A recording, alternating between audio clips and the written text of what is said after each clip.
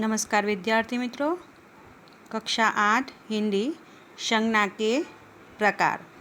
तो आज हम संज्ञा के प्रकार के बारे में जानेंगे। तो संज्ञा के प्रकार के बारे में जानने से पहले हम संज्ञा की व्याख्या देख लेते हैं। तो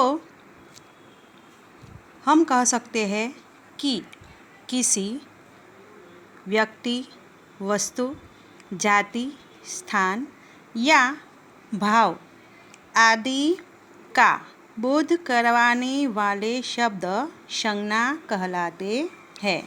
यानी कि किसी भी वस्तु, व्यक्ति, जाति या भाव को निर्देश जो कराते हैं उसको संज्ञा कहते हैं।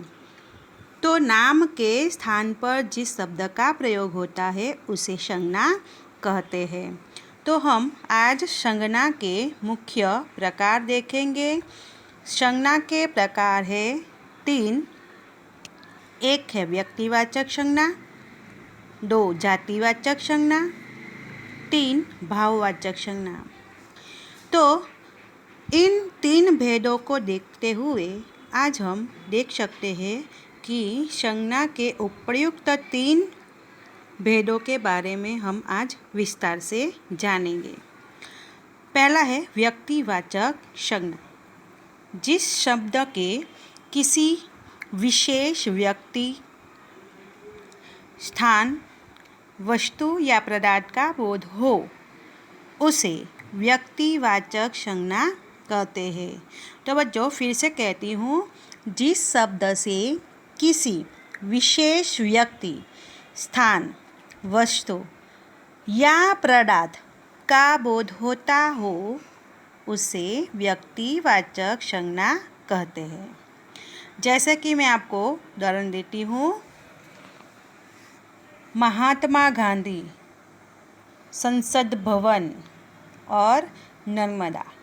ये जो शब्द है, ये जो नाम है, वो एक कोई विशेष व्यक्ति है, कोई विशेष स्थान है, तो कोई विशेष नदी है। तो इस प्रकार हम आज उसके उदाहरण भी देखेंगे। पहले देखते हैं, मदर टेरेसा समाज सेविका थी। तो समाज सेविका जो थी विशेष व्यक्ति यानी कि मदर टेरेसा। उसी प्रकार हिमालय भारत का सबसे ऊंचा पर्वत है। तो हिमालय हमारे भारत का सबसे ऊंचा और विशिष्ट पर्वत है। तीसरा, नीम का पेड़ गुणकारी है। नीम का जो पेड़ होता है बहुत गुणकारी होता है। तो नीम जो है वो विशेष वृक्ष है। उसी प्रकार भगवद गीता हिंदुओं का पवित्र ग्रंथ है। तो हिंदुओं का पवित्र ग्रंथ यानी कि भगवद गीता जो विशेष ग्रंथ कहलाता है। उसी प्रकार गंगा हमारी पवित्र नदी है। तो गंगा यानी कि नदियों में भी श्रेष्ठ, उसको हम विशेष नदी के बारे में समझेंगे।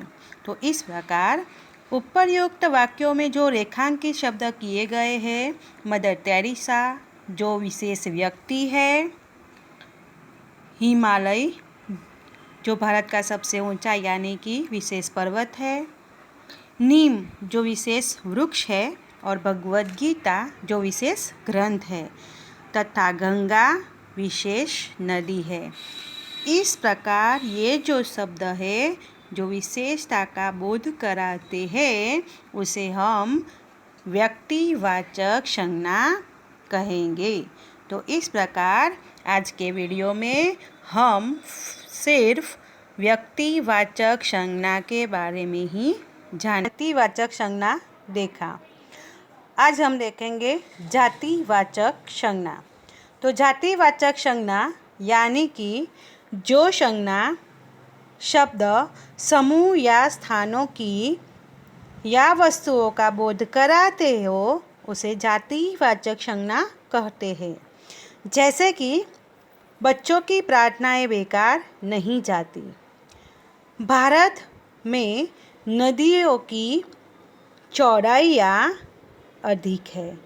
ये जो उदाहरण है उससे समझ में आ सकता है कि जाति यानी कि प्रार्थनाएं, प्रार्थना यानी कि जातिवाचक। उसी प्रकार चौड़ाइया, उसको भी हम जातिवाचक संज्ञा में डालेंगे। तीसरा है भाववाचक संज्ञा। जो संज्ञा शब्द, गुण, दोष, अवस्था, भाव आदि का बोध कराए उन्हें भाववाचक संज्ञा कहते हैं। जैसे कि हम उसके उदाहरण देखें, बच्चे प्रार्थना करते हैं, भाव से प्रार्थना यानी कि प्रार्थना जो है रेखांकित शब्द जो है वो है भाववाचक संज्ञा। उसी प्रकार नदी की चौड़ाई अधिक है, तो चौड़ाई यानी कि अधिक मात्रा यानी कि हम उसको नाप सकते हैं, तो वो भी हम भाववाचक संज्ञा में डालेंगे। उसी प्रकार जातिवाचक संज्ञा जो है उसका हम दो और संज्ञाओं में भी उपयोग कर सकते हैं, जैसे कि द्रव्यवाचक संज्ञा और समूहवाचक संज्ञा। तो पहली जो है द्रव्यवाचक संज्ञा, जिस संज्ञा शब्द से उन शब्दों का या वस्तुओं का बोध हो जो नापा और तोला जाता है, जैसे कि गेहूँ, सोना, तेल आदि। तो जिसको जो पिघल सकता है, जो द्रव्य स्वरूप है, जो नापा सकता है, तोला सकता है, तो ऐसी जो वस्तुएं होती है जो नापी जाती है, तोली जाती है, उसको द्रव्यवाचक संज्ञा में हम डाल सकते हैं। उसका दूसरा जो अंश है समूहवाचक संज्ञा। तो समूहवाचक संज्ञा जिस संज्ञा शब्द से किसी एक समूह या समुदाय का बोध हो उसे समूहवाचक संज्ञा कहते हैं। समूह यानी कि एक से ज़्यादा लोग या वस्तु या कुछ और, तो उसको समूहवाचक संज्ञा में डालेंगे। उसका उदाहरण देखते हैं कि सभा में कई लोग आए हैं। कोई सभा इकट्ठी हो तो कई लोग हो तो ही सभा इकट्ठी होती है, तो सभा को हम समूहवाचक संज्ञा में डालेंगे। उसी प्रकार मंडली शिरडी जा रही है, शिरडी साईं बाबा एक मंडली जा रही है, तो उसमें भी एक से अधिक व्यक्ति होते हैं। चाबियों का गुच्छा मेरे पास है। जो गुच्छा है, चाबियाँ बहुत है, तो जो गुच्छा है उसको भी हम समूहवाचक संज्ञा में देखेंगे।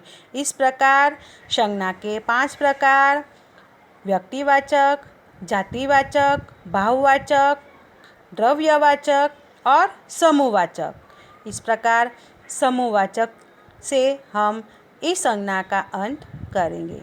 अस्तु।